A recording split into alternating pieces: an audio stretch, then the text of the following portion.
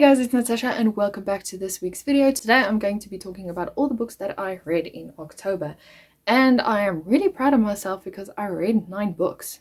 I didn't think I was going to read that much. Before we get started, please remember to like, subscribe, comment down below how many books you read this month and which one was your favorite. And without any further ado, let's just jump right into the video.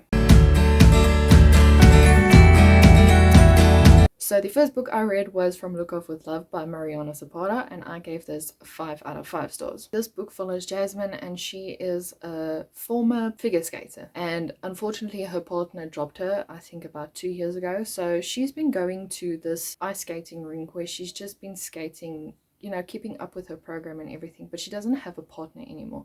She used to do solo figure skating, but then she upgraded to partners where her partner dropped her. So she's been keeping up with her program and everything, and then one day the best figure skater guy, I guess his name is Ivan Lukov, his trainer comes to Jasmine and she's like, we want you to pair up with Ivan for a year, just a year, because his other partner is taking a sabbatical and we still want him to perform, so we want you to be part of his team. And first Jasmine's like, why? I don't like you a lot. I don't like you at all. We don't like each other. It's going to be a mess because we can't stand each other. And Ivan's like, well, let's just give it a try, because he's not going to give up his championship just for a year and then go back to it. So Jasmine considers it, and then she's like, okay, I will do it, mostly because they have given her an offer which she can't brush off, and that is to pair up with an amazing partner next year after she and Ivan are done with their partnership. In this book we follow just an enemies to lovers kind of situation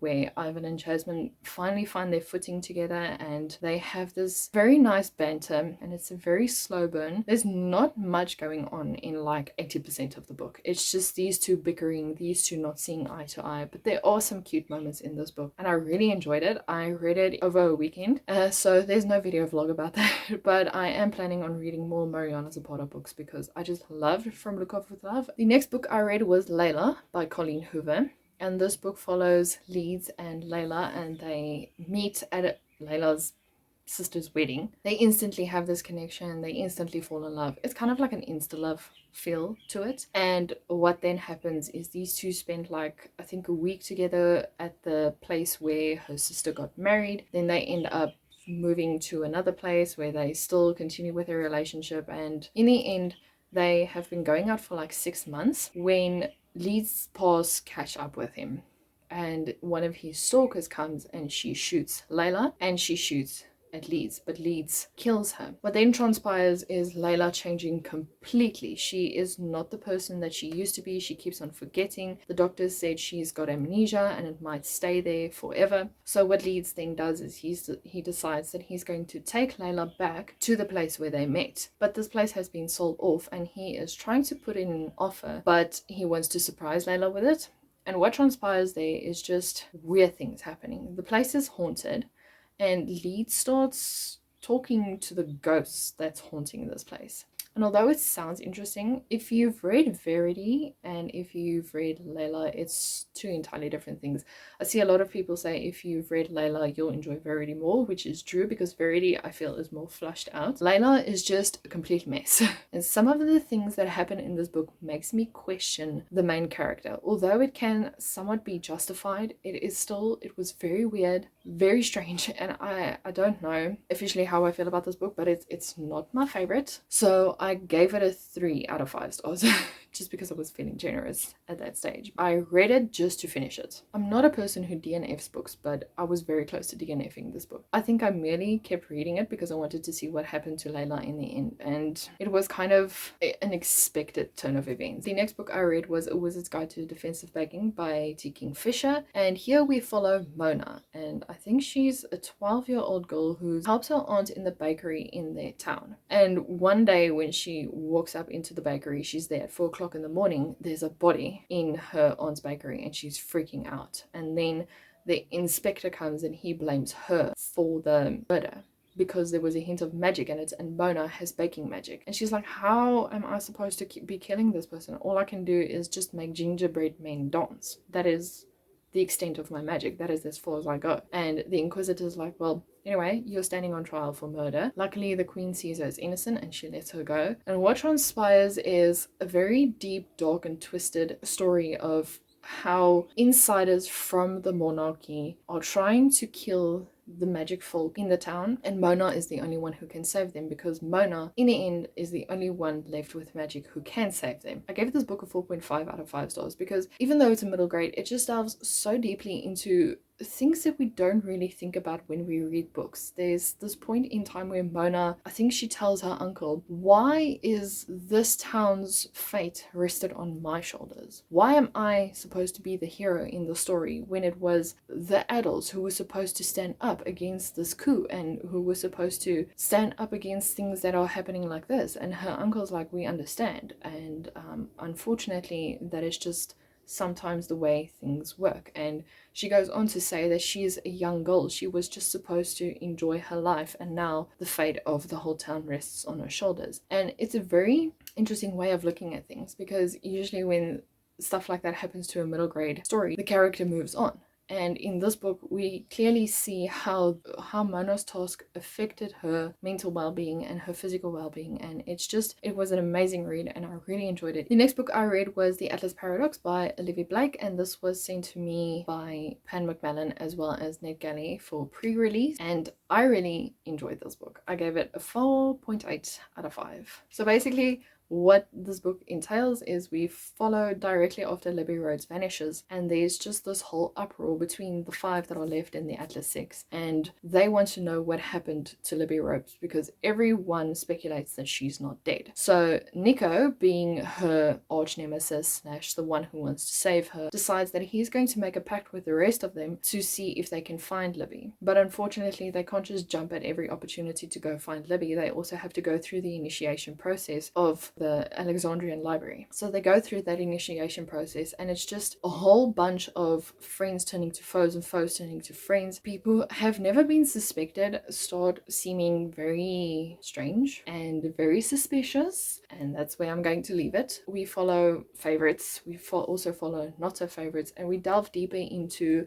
Ezra's magic, we delve deeper into Atlas's magic, as well as Gideon's. There's a few parts of Gideon's story as well in there, and the way he cooperates in the Dreamland. I really enjoyed the different narratives. It wasn't as long as it was in the Atlas 6. The chapters are definitely shorter. There's also a hint of some two characters coming together, of which I thought it was going to happen, but I didn't think it was up until the very last page, and it happened, and I was like, oh, I did not expect that, but I also did. So it was a very cute situation there. Blake also ended the story on a very much a cliffhanger, but there's no indication of if the story is going to go on. I'm assuming there is, because she left that door open. But in the end of the Atlas Paradox, she promotes another book. So I was like, oh, okay. So we're not going to know what your next book is.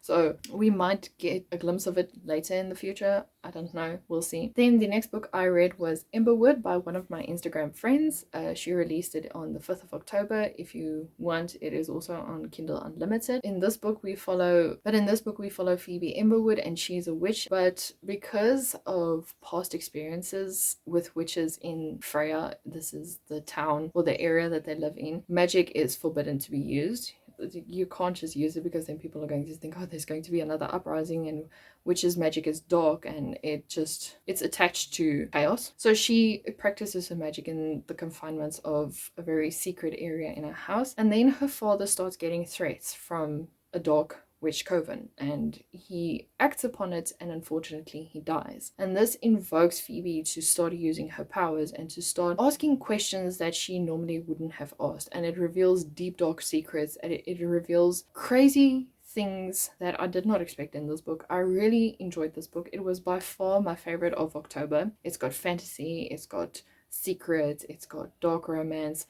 There's even a morally grey character. He's very nice, and Phoebe just doesn't realize that there's banter between the two, so you can also call it an enemies to lovers story. It's just an amazing all-around read, and it reads really fast. I can't praise this book anymore.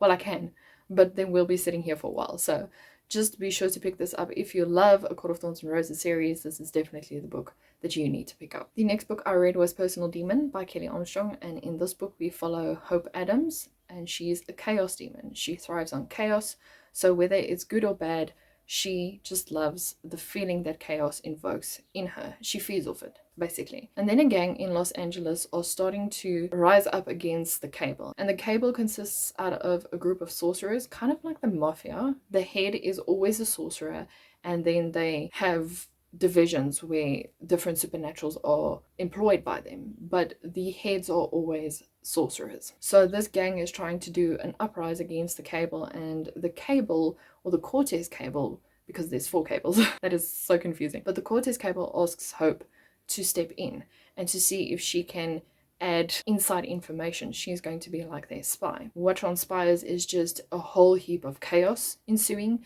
lies that are being told, and it's just heck of a good time. There's good banter between the characters.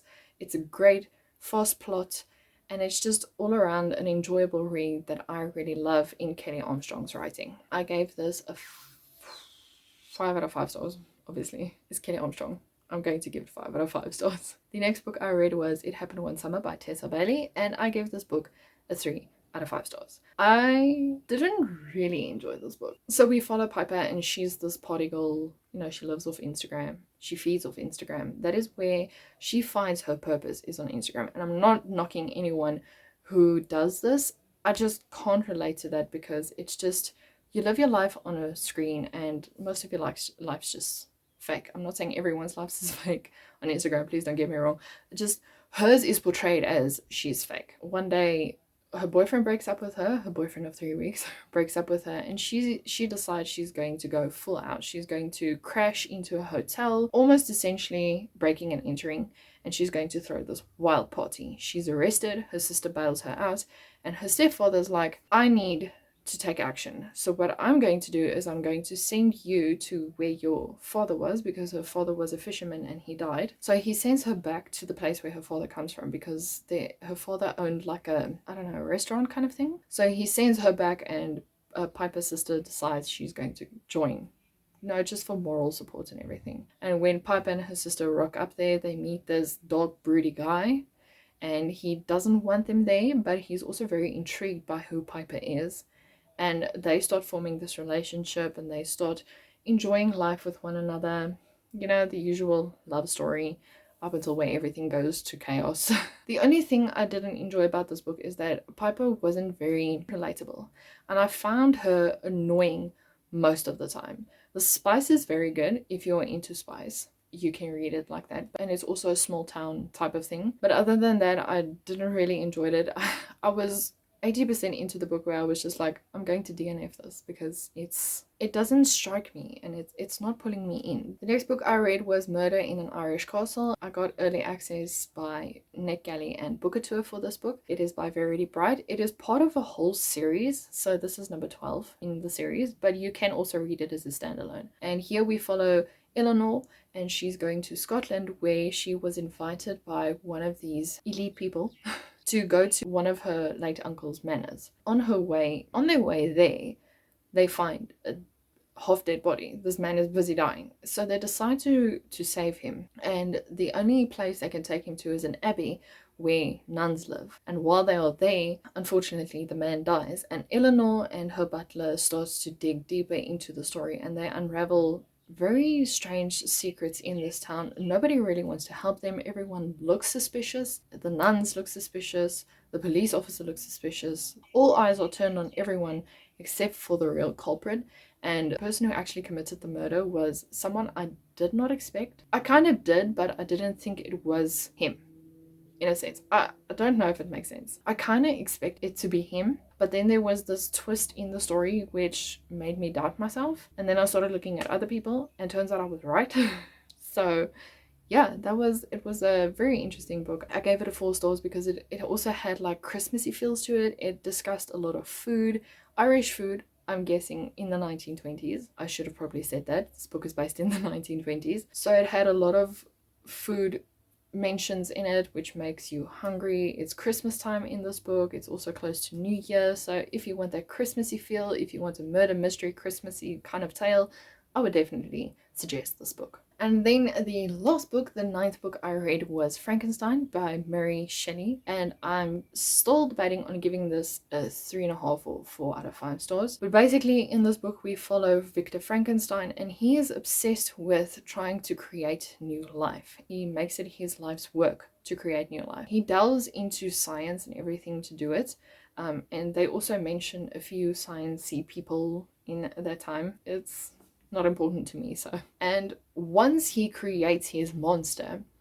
everything goes haywire. He finally realized what he did and the situation he has put himself in and everyone around him. And it is a very chaotic read. It is very different from the stories we are used to, not social media, but society claiming how Frankenstein's monster really was. I picked this book up because I really wanted to know the story behind Frankenstein's monster, and it was wild. The first half of the story I was really bored, but when it came to the end of volume 2, I was like, oh, this is very interesting. Volume 3 was okay. I kind of expected to go haywire because, you know, not everything is glitz and glam and gothic classic horror, but it delves with a lot of themes, especially knowledge and how knowledge can actually not always be the best for you.